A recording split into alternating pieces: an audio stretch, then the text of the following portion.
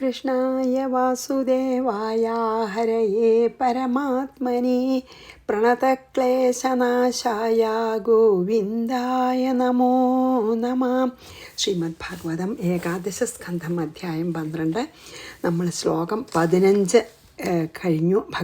തൽക്കാലം ഭഗവാന്റെ ആ ഒരു ഉത്തരം കൊടുക്കൽ, അതായത് ഉദ്ധവനോട് പറയൽ, അത് ആ ഭാഗം കഴിഞ്ഞു. എന്താണ് നമ്മൾ പറഞ്ഞു നിർത്തിയത് വെച്ചാൽ സത്സംഗത്തിൻ്റെ മഹിമയാണ് നമ്മൾ പറഞ്ഞത് അല്ലേ.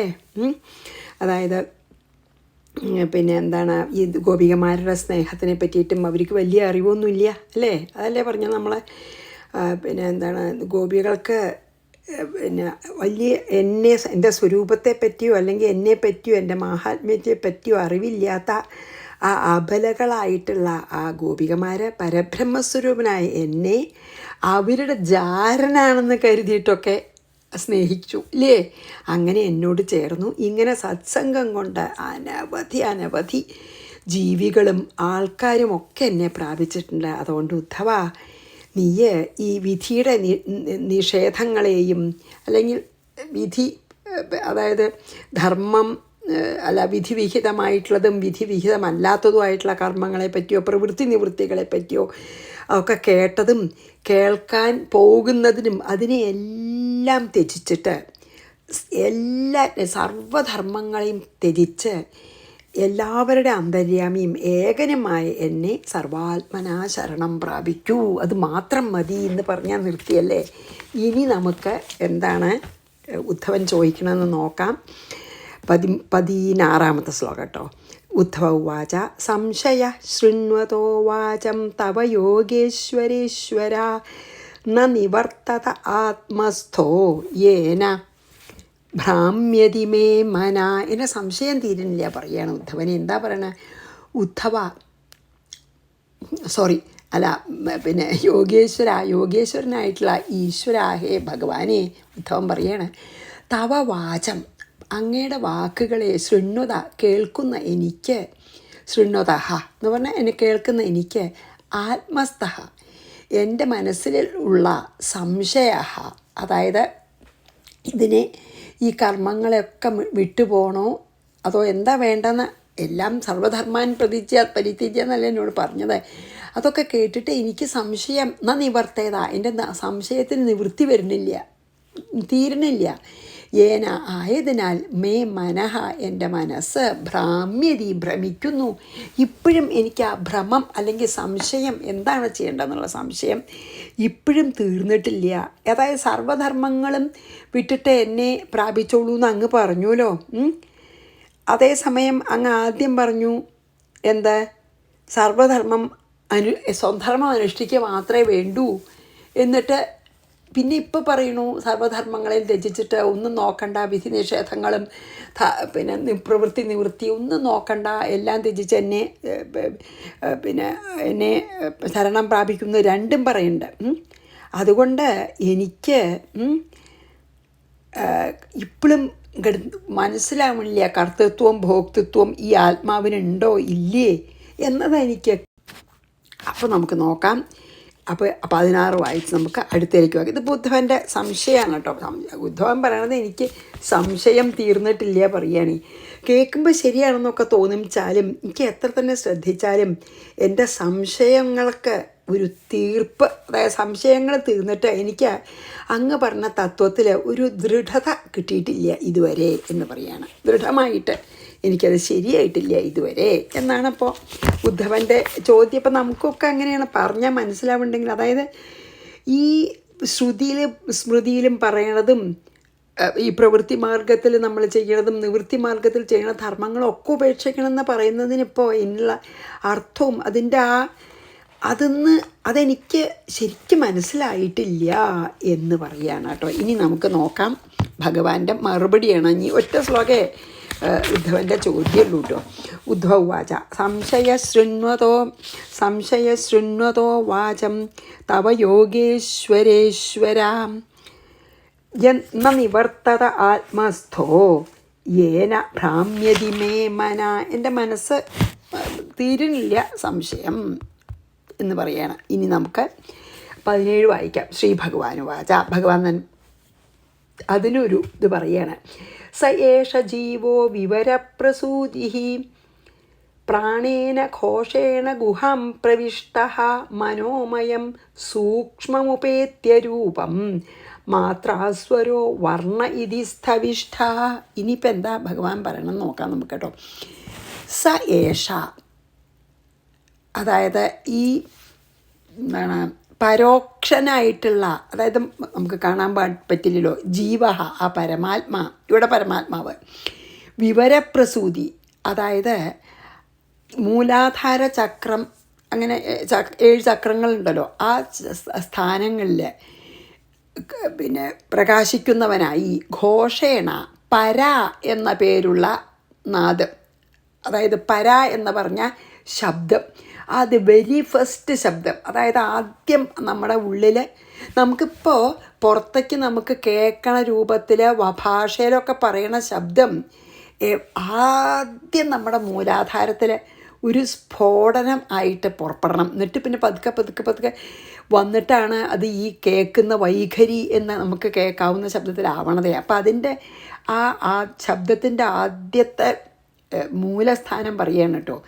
അപ്പോൾ ഘോഷണ പര എന്ന പേരുള്ള പ്രാണേന, പ്രാണവായുവോട് കൂടി, ഗുഹാം, അതായത് മൂലാധാര ചക്രത്തോടു കൂടിയവനായി, മനോമയം, പിന്നീട് മണിപൂര ചക്രത്തിൽ പശ്യന്തി എന്ന പേരോടി, ആദ്യം പര എന്നാണ് പേര് ശബ്ദത്തിൻ്റെ, പിന്നെ അത് മണിപൂര ചക്രത്തിലെത്തുമ്പോൾ പശ്യന്തിയവും, പിന്നെ സൂക്ഷ്മം രൂപം ഉപേത്യ വിശുദ്ധി ചക്രത്തിലെ മധ്യമ എന്നുള്ള പേരിൽ അറിയപ്പെടുന്നു.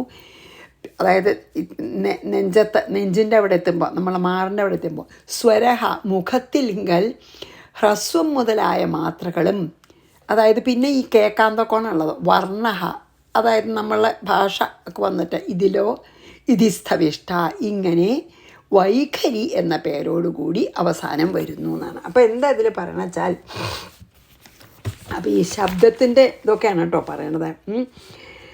ഈ ബോധരൂപമായിട്ടുള്ള ഈശ്വരൻ മാത്രമേ ശരിക്ക് ഇവിടെ ഉള്ളൂ.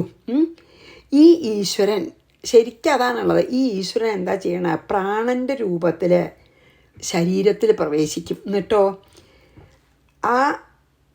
ആ നാദം, അതായത് ആ പ്രവേശിക്കുന്നു, അങ്ങനെ ഒരു ശബ്ദത്തോടു കൂട്ട സ്ഫോടനം, അത് ഹൃദയത്തിൽ എത്തിച്ചേരുമ്പോഴാണ് ജീവൻ അല്ലെങ്കിൽ സ്പന്ദനം എന്ന് പറയുന്നത്. അപ്പം പരാ എന്നുള്ള സ്വരൂപത്തിലാണ് ആദ്യം, പിന്നെ പശ്യന്തി, പിന്നെ മധ്യമ, പിന്നെ മധ്യമ നാവു വരെ എത്തുന്നതാണ്. അതായത് മറ്റത് ഏറ്റവും അടിയിലാണ് കേട്ടോ ഈ പര എന്നുള്ളത്.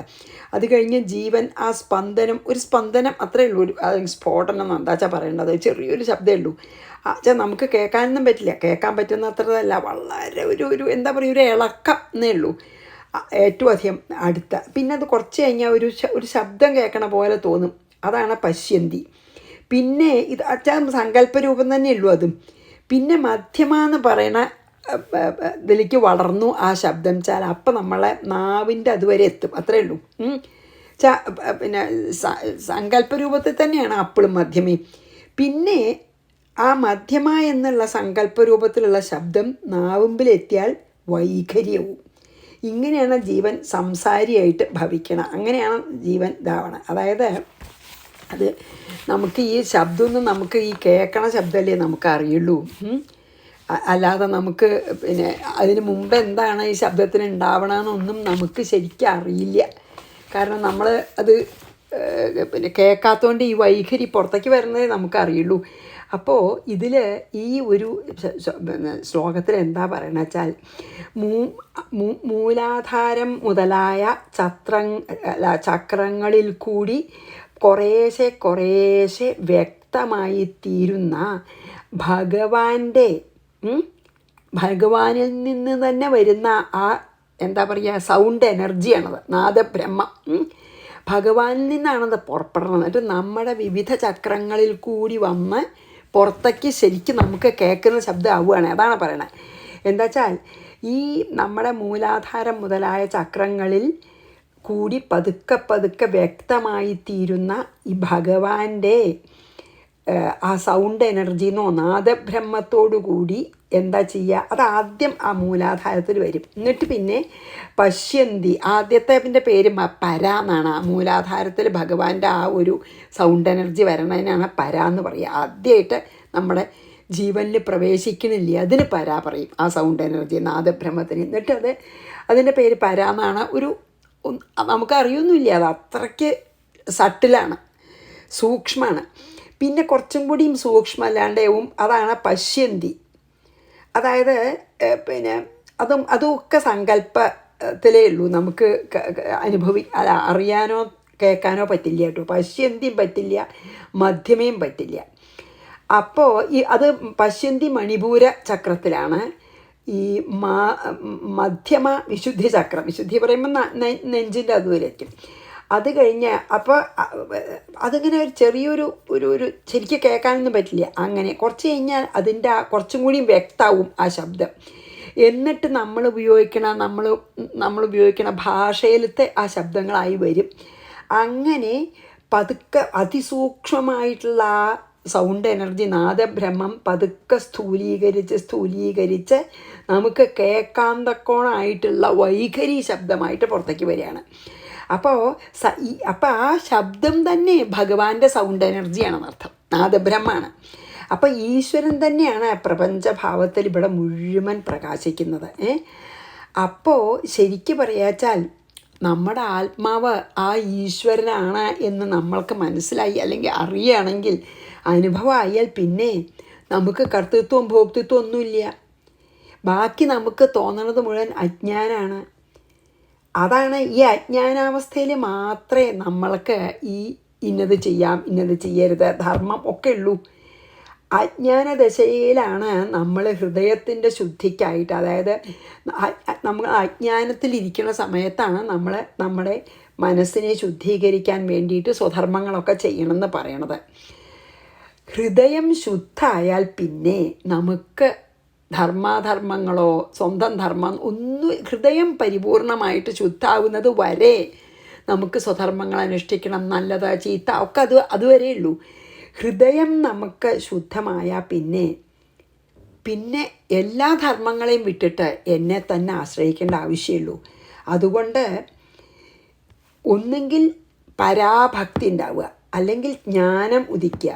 അത് രണ്ടിലേതെങ്കിലും ഒന്നുണ്ടായാൽ, അതായത് എല്ലാം ഭഗവാനായിട്ട് കാണുന്ന ഒരാൾക്കും ഞാൻ ആത്മാവാണെന്ന് അനുഭവമുള്ള ആൾക്കും പിന്നെ ബാക്കി ഒന്നും സ്വധർമ്മങ്ങളൊന്നും നോക്കേണ്ട കാര്യമില്ല എന്ന്. അതാണ് എല്ലാം വിട്ടിട്ട് എന്നെ ആശ്രയിക്കുമെന്ന് പറഞ്ഞത് എന്ന് പറയാണ്. അപ്പോൾ ഇതെന്താ പറയാൻ കാരണം വെച്ചാൽ, നാദബ്രഹ്മം പറയാൻ കാരണം എന്താ വെച്ചാൽ, പിന്നെ ഈ നാദബ്രഹ്മം എന്ന് പറഞ്ഞ് നമുക്കിപ്പോൾ ഇന്ന് നമുക്ക് കേൾക്കണ ആ ശബ്ദങ്ങളൊക്കെ ശരിക്ക് പറയാ വെച്ചാൽ എല്ലാം തന്നെ നമുക്ക് ഈ ഭഗവാന്റെ എനർജിയിൽ നിന്ന് ഉണ്ടാവുന്നതാണ്. ഇപ്പോൾ ഈ ശബ്ദം നാദബ്രഹ്മം പറഞ്ഞില്ലേ, ഭഗവാൻ സൗണ്ട് എനർജി കൊടുത്തിട്ട് നമ്മുടെ വിവിധ ചക്രങ്ങളിൽ കൂടി അതിസൂക്ഷ്മമായിട്ടുള്ള ആ ശബ്ദം പിന്നെ എന്താണ് സ്ഥൂലമായിട്ട് ഉണ്ടാവുകയാണ്, സ്ഥൂലമായിട്ട് കേൾക്കുകയാണ്. അതേപോലെ ഈ പ്രപഞ്ചം മുഴുവൻ ഇങ്ങനെ ഭഗവാനിൽ നിന്ന് തുടങ്ങിയിട്ട് സൂക്ഷ്മരൂപത്തിൽ നിന്ന് പതുക്കെ സ്ഥൂലമായിട്ട് കാണുകയാണ്. പക്ഷെ ഒക്കെ ഭഗവാൻ, അത് മുഴുവൻ ആ ബ്രഹ്മം തന്നെയാണ് എന്ന് പറയുകയാണ്. എല്ലാം ആ ഭഗവാൻ തന്നെയാണ്, വേറെ യാതൊന്നും ഇവിടെ ഇല്ല എന്ന് തന്നെയാണ് പറയണത്. അപ്പോൾ നമുക്ക് തോന്നുന്നുണ്ട്, അജ്ഞാനാവസ്ഥയിലാണ് നമുക്കിതൊക്കെ തോന്നണതേ. അജ്ഞാനം അവസ്ഥയിൽ മാത്രമേ നമുക്കിത് തോന്നുന്നുള്ളൂ. ഈ സംശയം മാറിയില്ല എന്ന് പറഞ്ഞപ്പോൾ ആദ്യം പറയണത് അതാണ്. ഈ പ്രത്യക്ഷമല്ലാതെ അപരോക്ഷമായിട്ട് വിളങ്ങണ സർവേശ്വരൻ ആദ്യം മൂലാധാരം മുതലായ ചക്രങ്ങളിൽ കൂടി നാദബ്രഹ്മമായിട്ട് ആണ് ക്ലിയറായി സ്ഥൂലമായി വരും. ആ ആധാരചക്രങ്ങളിൽ അനുഭവപ്പെടുന്ന ആ നാദബ്രഹ്മം ഉണ്ടല്ലോ, അത് ഭഗവാന്റെ സൗണ്ട് എനർജിയാണെന്ന് നാദബ്രഹ്മം. അതിന് പരാന്നും പിന്നെ എന്താണ് പശ്യന്തിന്നും മധ്യമാന്നും വൈഖരിന്നും ഒക്കെ കേൾക്കാറായാൽ വൈഖരി എന്ന് പറയും. അങ്ങനെ പൂർണ്ണമായിട്ട് ഭവിക്കുകയാണെന്ന്. ആ നാദത്തിൻ്റെ സ്ഥൂല രൂപമാണ് നമ്മൾ കേൾക്കണ വൈഖരി. അങ്ങനെ അത് ആ ശബ്ദം തന്നെയാണ് വേദമായിട്ട് തീർന്നതേ അല്ലേ. ഈ നാദബ്രഹ്മം തന്നെയാണ് നാനാ വേദങ്ങളുടെയും ശാഖകളായിട്ടുള്ളത് എല്ലാം. അപ്പോൾ ശരിക്കും പറയണത് തന്നെ അതാണല്ലോ. ആദ്യം ഉണ്ടായത് പിന്നെ ശബ്ദമല്ലേ ഉണ്ടായത്. നോക്കൂ, നമുക്ക് ഓർമ്മയുണ്ടാവും. സൃഷ്ടിയിലേക്ക് പോയാൽ നമുക്കത് മനസ്സിലാക്കാം. നമ്മൾ സൃഷ്ടിയിൽ കണ്ടുല്ലോ, ഭഗവാൻ പിന്നെ എന്താണ് ഈക്ഷണം ചെയ്യുമ്പോൾ മായയ്ക്ക് എനർജി കിട്ടുകയാണല്ലോ. അപ്പോൾ മായയുടെ പിന്നെ ഗുണങ്ങളുടെ സന്തുലിതാവസ്ഥ നഷ്ടപ്പെട്ട മഹത്വത്വം ഉണ്ടാവും അല്ലേ, ഓർമ്മയുണ്ടല്ലോ. ആ മഹത്വത്തിൽ നിന്ന് 3 തരം അഹങ്കാരം ഉണ്ടാവും എന്ന് പറഞ്ഞു നമ്മൾ അല്ലേ. ആ ആദ്യത്തെ 2 അഹങ്കാരം സാത്വികാഹങ്കാരത്തിൽ നിന്നും രാജസാഹങ്കാരത്തിൽ നിന്നും നമ്മൾ പറഞ്ഞു. സാത്വികാഹങ്കാരത്തിൽ നിന്ന് ഈ അന്ധകരണം ഉണ്ടാവും, മറ്റേ എല്ലാ ദേവതകളും ഉണ്ടാവും എന്ന് പറഞ്ഞു. പിന്നെ രാജസാഹങ്കാരത്തിൽ നിന്ന് നമ്മൾ പറഞ്ഞു 10 ഇന്ദ്രിയങ്ങളുണ്ടാവും, 5 ജ്ഞാനേന്ദ്രിയങ്ങളും 5 കർമ്മേന്ദ്രിയങ്ങളും. പിന്നെ നമ്മൾ കണ്ടു താമസാഹങ്കാരത്തിൽ നിന്നാണ് ഈ പ്രപഞ്ചം മുഴുവൻ ഉണ്ടായത്. എങ്ങനെ? ആദ്യം ഉണ്ടായത് എന്താ? ശബ്ദബ്രഹ്മം. ആദ്യം ശബ്ദമാണ് ഉണ്ടായത്. ആ ശബ്ദമാണ് ആകാശത്തിൻ്റെ പിന്നെ തന്മാത്ര അല്ലെങ്കിൽ സട്ടിൽ എലിമെൻ്റ് അല്ലേ. ആ ശബ്ദത്തിൻ്റെ കാര്യമാണ് പറയണത്. ആ ശബ്ദം അപ്പം അപരോക്ഷമാണ്, കാണില്ല, കേൾക്കില്ല, ഒന്നുമില്ല. ആ ശബ്ദം ഒരു സ്ഫോടനം, ഒരു എന്താ പറയുക, ഒരു ഇതേ ഉള്ളൂ. അപ്പം നമുക്ക് കാണാനോ കേൾക്കാനോ പറ്റുന്ന അവസ്ഥയിൽ അത്ര സൂക്ഷ്മ, അതിനെയാണ് പര എന്ന് പറയണത്. ആദ്യം ഉണ്ടായത് ശബ്ദമാണ് ഈ ലോകത്തിൽ. അതാണ് പറഞ്ഞവിടെ. ആ ശബ്ദമാണ് പിന്നെ നമ്മുടെ ഉള്ളിലാണെങ്കിലും അതെ, ആ ശബ്ദമാണ് അതിൻ്റെ സ്ഥൂല രൂപത്തിലേക്ക് പതുക്കെ പതുക്കെ പതുക്കെ പതുക്കെ വ്യക്തമായി വരികയാണ്. അതിനെപ്പോൾ ഒരു നമ്മുടെ ദേഹമായിട്ട് എടുക്കുക വെച്ചാൽ മൂലാധാരം തൊട്ടുള്ള 7 ചക്രങ്ങളെ നോക്കാം നമുക്ക്. ഈ വിരാട് പുരുഷൻ്റെ ആണെങ്കിലും അങ്ങനെയാണ്. ആദ്യം ശബ്ദം ഉണ്ടായി. ആ ശബ്ദം വളരെ സൂക്ഷ്മം, അതിന് പരാന്ന് പറയും. കുറച്ചും കൂടിയും പിന്നെ വ്യക്തമായാൽ പശ്യന്തി പറയും. കുറച്ചും കൂടിയും വ്യക്തമായതിനെ മധ്യമാന്ന് പറയും. അതിലും വ്യക്തമായിട്ട് നമുക്ക് കേൾക്കുകയും നമുക്ക് മനസ്സിലാവണ ഭാഷയൊക്കെ ആയിട്ട് വരുമല്ലോ, അതിനെയാണ് വൈഖരി എന്ന് പറയുന്നത്. അപ്പം എന്താ ഇപ്പം പറയണ വെച്ചാൽ ഈ പ്രപഞ്ചം മുഴുവൻ തന്നെ ശബ്ദബ്രഹ്മാണ്. ശബ്ദബ്രഹ്മത്തിൽ നിന്ന് ഉണ്ടായതാണ് ഈ പ്രപഞ്ചം മുഴുവൻ. ശരിക്കാ ബ്രഹ്മം മാത്രമേ ഉള്ളൂ എന്നർത്ഥം. അതിൻ്റെ നാനാതരത്തിലുള്ള രൂപവും ഭാവമാണ് നമ്മൾ കാണുന്നത്. ശരിക്കും ബ്രഹ്മം മാത്രമേ ഉള്ളൂ. അതിൻ്റെ വിവിധ നാമരൂപങ്ങളാണ് ഈ പ്രപഞ്ചം. ഒന്നുകിൽ അങ്ങനെ പറയാം, അല്ലെങ്കിൽ ഈ ബ്രഹ്മം പ്രപഞ്ചാകാരമായി നിൽക്കുകയാണ്, അത്രയേ ഉള്ളൂ. ഇവിടെ ബ്രഹ്മമല്ലാതെ രണ്ടാമതൊന്നില്ല എന്ന് തന്നെ പറയണം കേട്ടോ. അതാണ് അപ്പം ഇതിൽ പറഞ്ഞത്. അപ്പോൾ നമുക്ക് ആ സൃഷ്ടിയിലേക്ക് പോയി അത് നമുക്ക് മനസ്സിലാവുന്ന.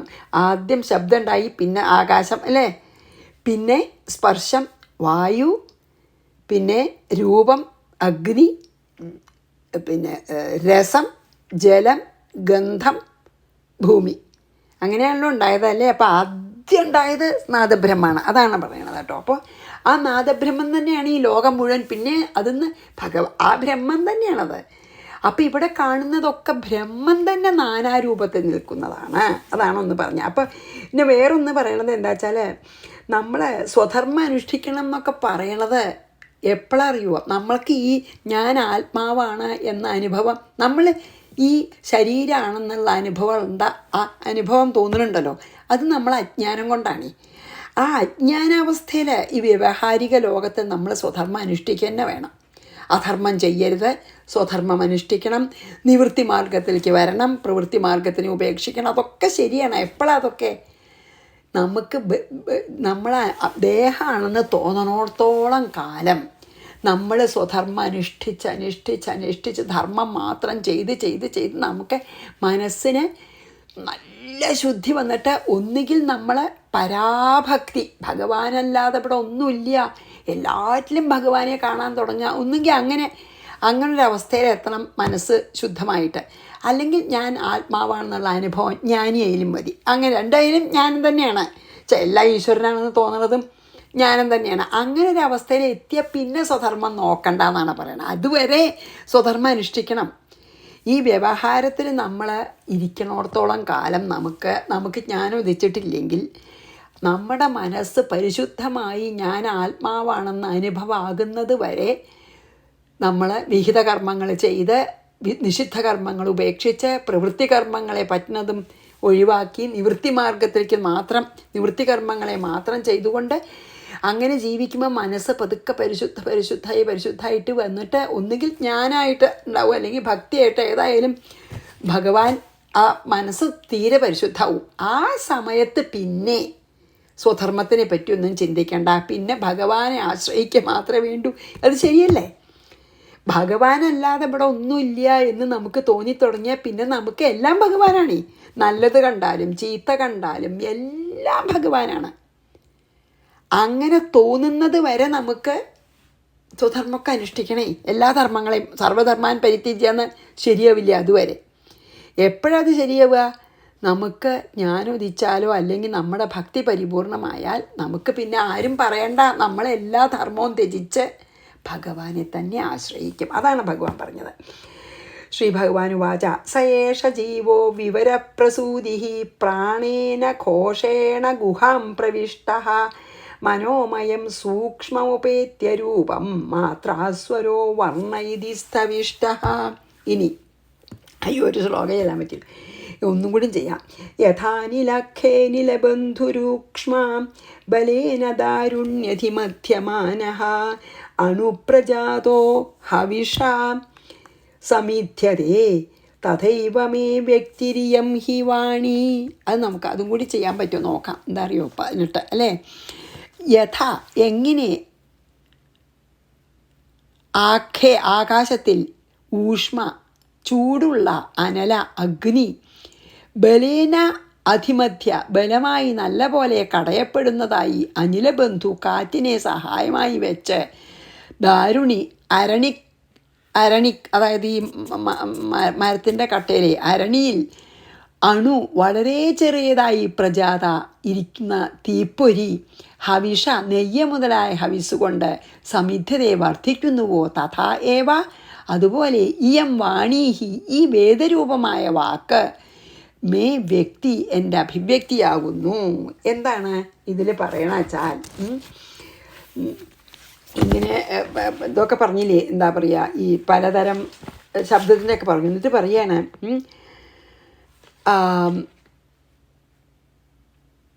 ശബ്ദത്തിൻ്റെ അകമ്പടി കൂടാതെ ഒരു ലോകാനുഭവം നമുക്ക് സാധ്യമല്ല എന്നാണ് പറയുന്നത്.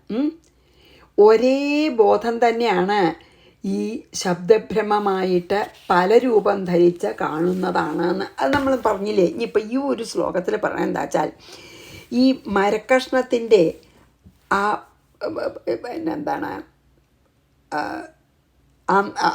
അകത്ത ഒരു മരക്കഷ്ണത്തിൻ്റെ ഉൾഭാഗത്തുള്ള ആകാശത്തിൽ അല്ലെങ്കിൽ ഒരു മരക്കഷ്ണത്തിൻ്റെ ഉള്ളിൽ അഗ്നി കത്താനുള്ള ശക്തി, അഗ്നിയുടെ ശക്തി ഒരു മരക്കഷ്ണത്തിൻ്റെ ഉള്ളിലുണ്ട്. അതെപ്പോഴാണ് പുറത്തേക്ക് വരുന്നത്? ആ 2 മരക്കഷ്ണം കൂടി നമ്മൾ ഫ്രിക്ഷൻ കൂട്ടി ഉരയ്ക്കുമ്പോൾ അല്ലെങ്കിൽ കടയുമ്പോൾ കുറച്ച് കാറ്റും ഉണ്ടാച്ചോട്ടെ, നമ്മളൊരു വീശി കൊടുക്കുകയും ചെയ്തു വെച്ചാൽ ആ അകത്ത് ആ കത്തുവാനുള്ള ആ വിറകിൻ്റെ കത്തുവാനുള്ള ശക്തി പതുക്കെ കുറേശ്ശെ പൊരിയായിട്ട് അങ്ങോട്ട് ആദ്യം വരും. അപ്പം അതിലേക്ക് നമ്മൾ അതിനെ തെളിഞ്ഞ് കത്താൻ സഹായിക്കണ നെയ്യോ എന്തെങ്കിലും ഒഴിച്ചാൽ അത് വലിയ അഗ്നിയായി തീരും ഇല്ലേ? അതുപോലെയാണ് ആദ്യം ഈ പ്രപഞ്ചം ഉണ്ടായപ്പോൾ ആദ്യം ഉണ്ടായത് ശബ്ദമാണ്, നാദബ്രഹ്മം. അതിന്ന് ആ അത് അങ്ങനെയാണ് ഈ നാദബ്രഹ്മം ശബ്ദപ്രപഞ്ചം.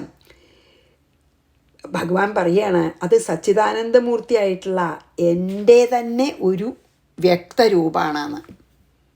ഏത്? ഈ ശബ്ദപ്രപഞ്ചത്തിൻ്റെ ആ ശബ്ദത്തിൽ നിന്നാണ് എല്ലാം ഉണ്ടായതെന്ന് പറയുകയാണെ അതുപോലെയാണെന്ന് പറയാം. അതായത് എങ്ങനെയാണ് ഒരു പൊരി, അതായത് അതുപോലും പോരാ, അതും കൂടിയും പറഞ്ഞാൽ പോരാ, എങ്ങനെയാണ് ഒരു വിറകിൻ്റെ ഉള്ളിലെ കത്താനുള്ള ശക്തി, ഒരു വിറകിൻ്റെ കഷ്ണത്തിന് കത്താനുള്ള ശക്തി ഉണ്ടെന്ന് നമുക്കറിയാം, അതിൻ്റെ ഉള്ളിലുണ്ട്, കാണുന്നില്ല, കാണാതെ അല്ലേ കത്തുന്ന് നമുക്കറിയാം. നമ്മളെന്തെങ്കിലും ചൂടോ വേറെ എന്തിനും കൊണ്ടെങ്കിലും കത്തിക്കുക അങ്ങനെയല്ല, ഇതിപ്പോൾ തന്നെ കത്തിക്കുകയാണ് നമ്മൾ ചെയ്യണത്. അപ്പോൾ എന്താ ചോദിച്ചാൽ എല്ലാ വിറക് കഷ്ണങ്ങളുടെ ഉള്ളിലും കത്താനുള്ള ശക്തി ഉണ്ട്. പ്രത്യേകിച്ച് ഇപ്പോൾ ഒരു ഉണങ്ങിയ വിറകെടുക്കുക വെച്ചാൽ അത് കത്തുന്ന നമുക്ക് ഉറപ്പാണ്, കത്താനുള്ള ശക്തി ഉണ്ട്. ആ ശക്തിയെ നമ്മൾ ജ്വലിപ്പിക്കുകയാണ്. എങ്ങനെ? വേറൊരു കഷ്ണം പിന്നെ എന്താ പറയുക, വിറക് കൊണ്ട് അതിനെ ഉരയ്ക്കുമ്പോൾ ചെറിയ പൊരികളുണ്ടാവും. ആ പൊരികളെ വലുതാക്കാൻ വേണ്ടി അല്ലെങ്കിൽ വർദ്ധിപ്പിക്കാൻ വേണ്ടി നമ്മൾ അതിനെ സഹായിക്കുന്ന എന്തെങ്കിലും അതിലേക്ക് ഒഴിക്കും. ഒന്നെങ്കിൽ നെയ്യോ അല്ലെങ്കിൽ വേറൊരു എന്തെങ്കിലും കത്താൻ സഹായിക്കുന്ന എന്തെങ്കിലും ഒരു ഫ്യൂവൽ അതിലേക്ക് ഒഴിക്കുമ്പോൾ അത് ആളിക്കത്തും. പിന്നെ സഹായമൊന്നും വേണ്ട, പിന്നെ ആ വിറക് മുഴുവനെ കത്തുമില്ലേ? വിറകിൻ്റെ ഉള്ളിൽ തന്നെ കത്താനുള്ള ശക്തി ഉണ്ടല്ലോ. അപ്പം വിറകിൻ്റെ ഉള്ളിൽ ഒളിഞ്ഞിരിക്കുന്ന ആ കത്താനുള്ള ശക്തിയെ നമ്മൾ പൊരികളാക്കി അതിനെ വർദ്ധിപ്പിച്ച് വലിയ തീയാക്കുന്നില്ലേ? അതുപോലെ തന്നെയാണ് ഭഗവാന്റെ ആ നാദബ്രഹ്മത്തിൽ നിന്നാണ് ഈ ശബ്ദപ്രപഞ്ചം. അതായത് ഭഗവാൻ പറയണത്, ഞാനും അതുപോലെ ഒരു ചെറിയൊരു ശബ്ദത്തിൻ്റെ സ്ഫോടനം, അതിൽ നിന്നാണ് ഈ പ്രപഞ്ചം മുഴുവൻ ഉണ്ടായതെന്ന് പറയുകയാണ്. ഈ കാണുന്ന പ്രപഞ്ചം മുഴുവൻ ആ നാദബ്രഹ്മത്തിൽ നിന്ന്, എൻ്റെ നാദബ്രഹ്മത്തിൽ നിന്നുണ്ടായതാണ് എന്നാണ് ഇവിടെ ഭഗവാൻ പറയണത്. എൻ്റെ അപരോക്ഷമായിട്ട് ഞാൻ നിന്നിരുന്നു, ഞാൻ അപ്രത്യക്ഷമായിട്ട് എൻ്റെ ശക്തി ഇവിടെ ഉണ്ടായിരുന്നു. അതിനെ ഞാൻ പ്രത്യക്ഷ രൂപത്തിലൊരു ശബ്ദം, വളരെ സട്ടിൽ ഫോമായ ശബ്ദമായിട്ട് ആദ്യം ഉണ്ടായിട്ട് അതിൽ നിന്നാണ് ഈ പ്രപഞ്ചം മുഴുവൻ ഉണ്ടായത്. ആ നാദ ബ്രഹ്മത്തിൽ നിന്നാണ് ഈ പ്രപഞ്ചം മുഴുവൻ ഉണ്ടായത്. ആദ്യം വളരെ പരോക്ഷമായിട്ട്, അല്ലേ? കാണില്ല, പുറത്തേക്കൊന്നും കാണില്ല. അത് ഇതിൻ്റെ ഉള്ളിൽ അങ്ങനെയല്ലേ, എന്താ പറയുക, വിറകിൻ്റെ ഉള്ളിലത്തെ കത്താനുള്ള ശക്തി നമ്മൾ കാണുമില്ലല്ലോ, പക്ഷെ കത്തുന്നത് ശക്തി ഉണ്ട് അതിൽ. അതുപോലെയാണ് നമുക്കറിയില്ല ഈ പ്രപഞ്ചം ആദ്യം നമുക്ക് കാണാത്ത തരത്തിൽ അത്ര സട്ടിലായിട്ടുള്ള ശബ്ദത്തിൻ്റെ ഒരു ഫോം, അതാണ് പര. അങ്ങനെ ആണ് ആദ്യം ഉണ്ടായത്. ഈ പ്രപഞ്ചത്തിൻ്റെ ആദ്യം ശബ്ദമാണ് ഉണ്ടായത്. താമസാഹങ്കാരത്തിൽ നിന്ന് ശബ്ദം ഉണ്ടായി. ആ പര എന്നുള്ള ശബ്ദം വളരെ സൂക്ഷ്മ രൂപത്തിലുള്ളത്. കുറച്ച് കഴിഞ്ഞപ്പോൾ അത് വ്യക്തമായി.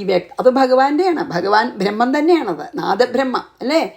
അതന്നെ ആ സൂക്ഷ്മ രൂപത്തിൽ നിന്ന് ക്ലിയറായി ആ പര എന്നുള്ളത് പശ്യന്തി മധ്യമയായി. അപ്പോഴും കാണും കേൾക്കൊന്നുമില്ല. മധ്യമ കഴിഞ്ഞ് വൈഖരിയിലെത്തുമ്പോൾ നമുക്കത് കേൾക്കാം. അതുപോലെ അതാണ് പറയണത്, ഒരു വിറകുന്ന തീപ്പൊരിന്ന് വലിയ തീ ഉണ്ടാക്കണ പോലെ ഞാനാകുന്ന ശബ്ദബ്രഹ്മത്തിൽ നിന്നാണ് ഈ പ്രപഞ്ചം മുഴുവൻ നാമരൂപങ്ങളുള്ള ഈ പ്രപഞ്ചം മുഴുവൻ ഉണ്ടായത് എന്ന് പറഞ്ഞ് നമുക്കിവിടെ നിർത്താം. യഥാനലഖേനിലബന്ധുരൂക്ഷ്മാം ബലേന ദാരുണ്യധിമധ്യമാനഃ അണുപ്രജാതോ ഹവിഷാ സമിധ്യതേ തഥൈവ മേ വ്യക്തിരിയം ഹി വാണി. അതായത് എൻ്റെ ഈ ശബ്ദപ്രപഞ്ചം അല്ലെങ്കിൽ അതുപോലെ തന്നെ ഈ ശബ്ദപ്രപഞ്ചം സച്ചിദാനന്ദ സ്വരൂപനും സർവേശ്വരനുമായ എൻ്റെ തന്നെ ഒരു ശക്തിയാണ്. അത് ക്ലിയറായി വന്നതാണ് എന്ന് പറഞ്ഞ് നമുക്കിവിടെ നിർത്താം. ശ്രീകൃഷ്ണാർപ്പണമസ്തു. സർവത്ര ഗോവിന്ദനാമ സങ്കീർത്തനം. ഗോവിന്ദ ഗോവിന്ദ. ഗുരുവായൂരപ്പ ശരണം. സമസ്താപരാധം ക്ഷമസ്വ.